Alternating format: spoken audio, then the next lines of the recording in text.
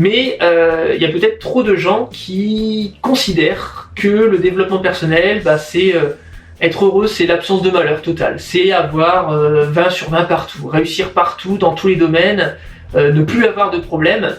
Et il y avait une citation qui était du Dalai Lama qui m'avait marqué dans un livre, qui était « Ne prie pas pour avoir moins de problèmes, mais pour avoir plus de sagesse, pour justement savoir accueillir ces problèmes. » Salut les petits potes, c'est Charles et ça commence. Miaou. Alors aujourd'hui, on se retrouve dans une nouvelle vidéo de développement personnel et on va voir ensemble quels sont, selon moi, les 5 dangers principaux quand tu lis trop de citations de développement personnel.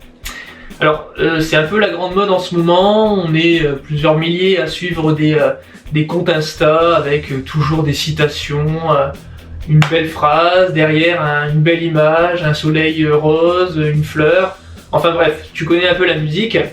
Et le truc en fait, c'est que ça peut parfois mal nous influencer. La première erreur, selon moi, que l'on peut faire avec ces comptes, c'est finalement d'en savoir beaucoup mais d'agir peu. Il y a beaucoup de personnes qui estiment que à chaque fois elles ne sont pas assez formées et toute leur vie, bon, elles se forment, c'est bien, mais finalement elles n'osent pas passer à l'action. Et c'est dommage parce que finalement, il y a énormément de personnes qui sont bons dans ce qu'elles font, qui ont des talents, qui parfois même ne l'avouent pas. Mais en fait tout ça, tant que c'est pas mis à exécution, ça reste du potentiel, ça reste de l'idée. Et à partir du moment où c'est pas réalisé, en fait, ton idée, tout le monde peut te la piquer. Donc en fait, c'est aussi tout l'intérêt de la vie c'est fait pour être vécu. Donc voilà, le problème ça serait finalement de se coincer, de devenir spectateur de ta vie, même de la vie des autres, du succès des autres, et finalement ne rien faire. La deuxième erreur que l'on pourrait faire, c'est de ne pas hiérarchiser assez les différentes citations. À l'échelle d'une année, combien de citations tu vas avoir? Tu vas peut-être en voir des centaines. Le truc c'est que elles vont pas forcément toutes te marquer avec la même intensité. C'est à toi justement de choisir celle que tu vas vraiment retenir en toi et celle que tu vas vraiment mettre en action. Moi peut-être à froid, je peux te citer qu'une vingtaine de citations. Et encore, c'est parce que je les ai imprimées, je les ai placardées dans ma chambre, donc je les voyais tous les jours.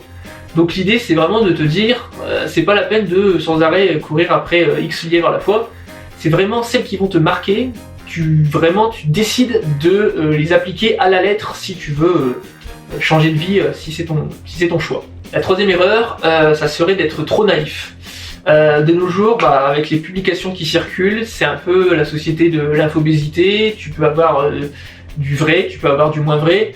Aujourd'hui, je suis sûr, n'importe qui pourrait prendre une citation un peu étrange, pourrait l'attribuer à De Gaulle, mettre un visage dessus, et tu aurais plein de personnes qui partageraient en masse sans vraiment chercher plus loin. Et c'est aussi à toi justement de toujours garder cet esprit critique et de te dire aussi est-ce que je suis d'accord, est-ce que c'est en accord avec mes valeurs profondes. Moi il y a des phrases que je vois, je suis pas d'accord. Après il y a des phrases avec lesquelles je suis tout à fait d'accord.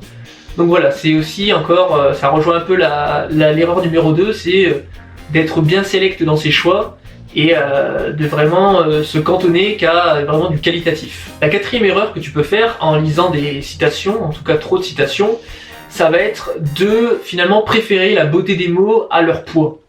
En fait, pour moi, il y a 2 types de phrases de développement personnel. Tu as les phrases gnangnan et le développement personnel de bonhomme. Dans les phrases gnangnan, tu retrouves les phrases du type relève ta tête princesse, ta couronne va tomber. Fais de ta vie un rêve et de ton rêve une réalité. Bon, c'est bien beau tout ça, c'est joli, hein, je dis pas. Mais ça me fait une belle jambe, tu vois. À la fin, je lis la phrase, comment je fais pour, en pratique, changer ma vie. Donc à côté de ça, tu as des phrases beaucoup plus impactantes, type, alors je vais s'en citer une d'Abraham Lincoln, tu vas voir qu'elle va beaucoup plus te parler. C'est que l'on me donne 6 heures pour abattre un arbre, j'en utiliserai 4 pour préparer ma hache. Donc tu vois, ça veut dire ce que ça veut dire, c'est que là c'est vraiment du développement personnel comme on aime, tu vois, c'est une fin surprenante qui marque, c'est une métaphore mais qui n'est pas trop cucu, c'est aussi un message implicite, tu vois, ça veut dire quoi? Ça veut dire que dans ta vie, bah, tu vas mettre beaucoup d'heures qui seront au début invisibles, que personne ne va voir, et qui finalement serviront à avoir un meilleur résultat. La cinquième erreur, ça serait de croire que le développement personnel est là pour te rassurer.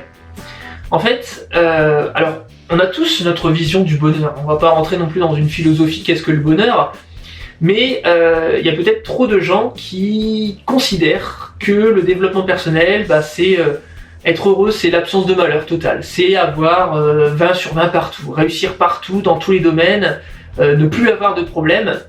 Et il y avait une citation qui était du Dalai Lama qui m'avait marqué dans un livre, qui était « Ne prie pas pour avoir moins de problèmes, mais pour avoir plus de sagesse, pour justement savoir accueillir ces problèmes. » Et ça veut dire ce que ça veut dire finalement, c'est que le développement personnel, selon moi, tu vois, c'est que c'est pas vraiment du jour au lendemain, voilà, tu vas être heureux, tu vas être une autre personne, un saint limite, faudra te canoniser, tu vas t'inventer des qualités superficielles. Enfin voilà, moi je pense que le développement personnel, c'est plus comme si jamais tu lis des auteurs comme Mark Manson, etc.